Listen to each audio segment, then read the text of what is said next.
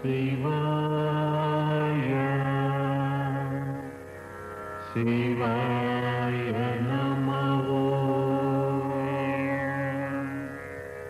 ఓం నమః శివాయ శివాయ నమః ఓం నమః శివాయ శివాయ నమః ఓం నమః శివాయ శివాయ నమః ఓం నమః శివాయ శివాయ నమః ఓం నమః శివాయ శివాయ నమః ఓం నమః శివాయ శివాయ నమః ఓం నమః శివాయ శివాయ నమః ఓం నమః శివాయ శివాయ నమః ఓం నమః శివాయ శివాయ నమః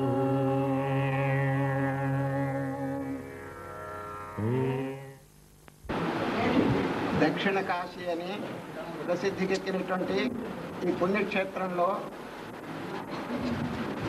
భక్త కన్నప్ప గారి పేరుతో త్రినేత్ర వైద్యాలయం అనేటువంటి నామధేయంతో ఈ ఆసుపత్రి ప్రారంభింప చేయబడింది.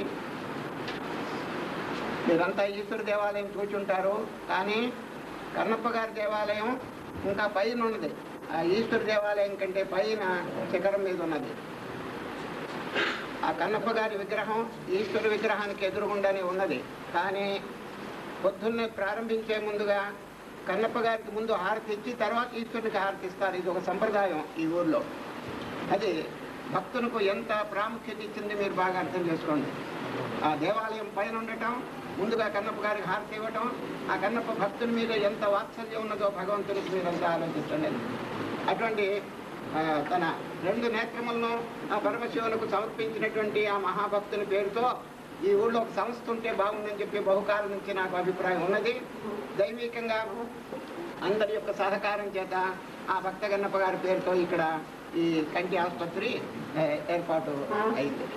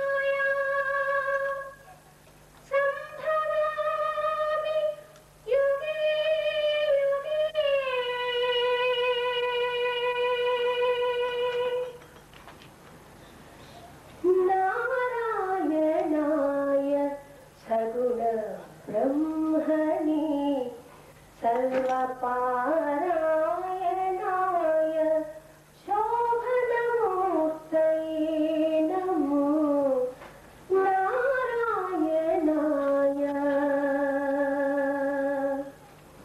ఓం నమో నారాయణాయ.